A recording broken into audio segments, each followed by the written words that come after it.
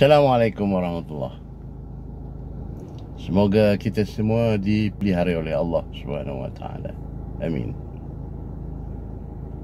Cerita pasal dana politik ni bukan perkara baru. Cumanya kalau ia berlaku dalam situasi darurat atau COVID-19 ini, ia menjadi suatu yang besar dibincangkan. Sejak dulu lagi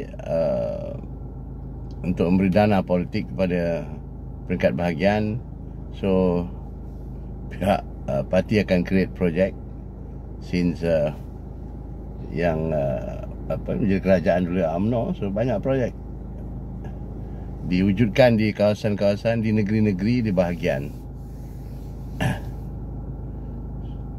So jadi mudah dapat dijana hasil daripada projek-projek berkenaan. So bila cerita mengenai Dewan di Pagoh ni menjadi isu yang besar. Satu lagi mengenai surat meminta persetujuan dari Amat Maslan Setiausaha Agung UMNO kepada semua ahli Parlimen Barisan Nasional UMNO untuk memberi persetujuan bagi meminta Yang di-Pertuan Agong, memohon Yang di-Pertuan Agong memanggil sidang Parlimen ketika darurat ini guna membincangkan hal darurat. So, benda ini didedahkan oleh apa yang UMNO gelar Wakil Bersatu Anwar Musa yang mereka telah pecat. So Anwar Musa menulis balik pada Amat Maslan. Ini dah jadi open war ni. Semua dah in the open. Menulis pada Setiausaha Agung UMNO, mengatakan bila tidak setuju. Dan 2 hari sebelum tu Anwar Ibrahim telah meminta semua ahli parlimen menulis warkah kepada Yang di-Pertuan Agong untuk membatalkan pengisytiharan darurat yang diperkenankan sebelum ini, yang dicadangkan oleh Kabinet Muhyiddin Yassin. So satu lagi episod politik yang terserlah memperlihatkan bahawa memang akan ada kerjasama di antara BN UMNO dan Pakatan Harapan. So sekali lagi Zahid membuat keputusan tanpa rujukan pemimpin-pemimpin lain UMNO, khususnya Majlis Tertinggi UMNO. Belum ini tak ada dibincangkan. Ialah MTR itu mesyuarat sebelum Anwar mengeluarkan surat meminta semua ahli parlimen mengutus surat pada Yang di-Pertuan Agong. So kalau dalam hal ini pun, kenapa Majlis Tertinggi tidak dipanggil untuk bermesyuarat? Sebab ini adalah sepatutnya keputusan yang dipersetujui, not a one person. Sebab daripada dulu lagi lah saya buat posting mengenai tindakan-tindakan Zahid Hamidi sekarang mengenepikan Majlis Tertinggi. Dan dibuat kadang-kadang secara bersendirian.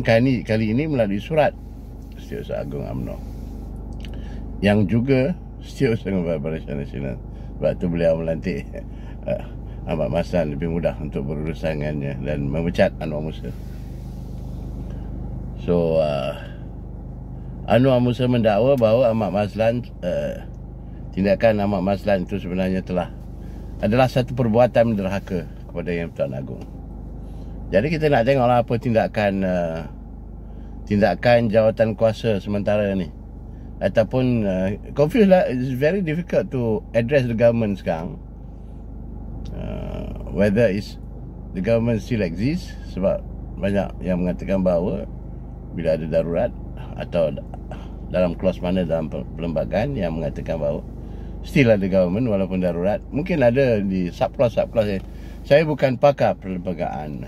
So banyak dalam dalam sosial media ni banyak ada ramai pakar-pakar perlembagaan yang quote the constitution. Kita tak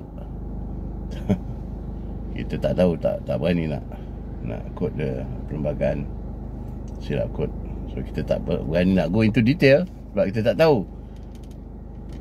So sepatutnya kata pakar-pakar, patut ada kerajaan sementara ataupun jawatan kuasa. So jawatan kuasa itu pun belum tertubuh lagi.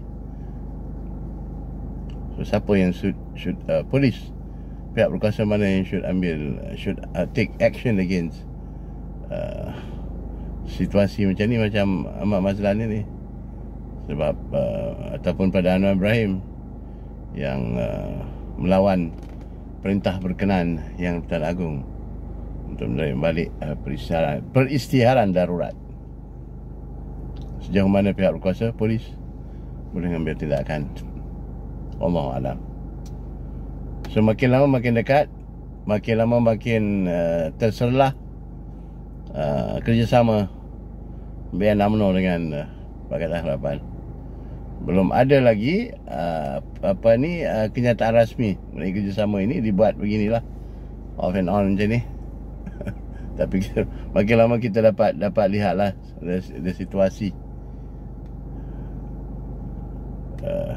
So far yang react pada situasi ini sekarang ialah Anwar Musa seorang je yang masih berada dalam parti, tapi dikeluarkanlah berbagai cerita yang mungkin pro Zahid yang mengatakan Anwar Musa nak masuk Bersatu, dan beberapa orang lagi pemimpin Turki akan apply untuk masuk Bersatu dan sebagainya. Wallahualam. Sekian untuk hari ini. Assalamualaikum warahmatullahi wabarakatuh. Sampai jumpa lagi, InsyaAllah.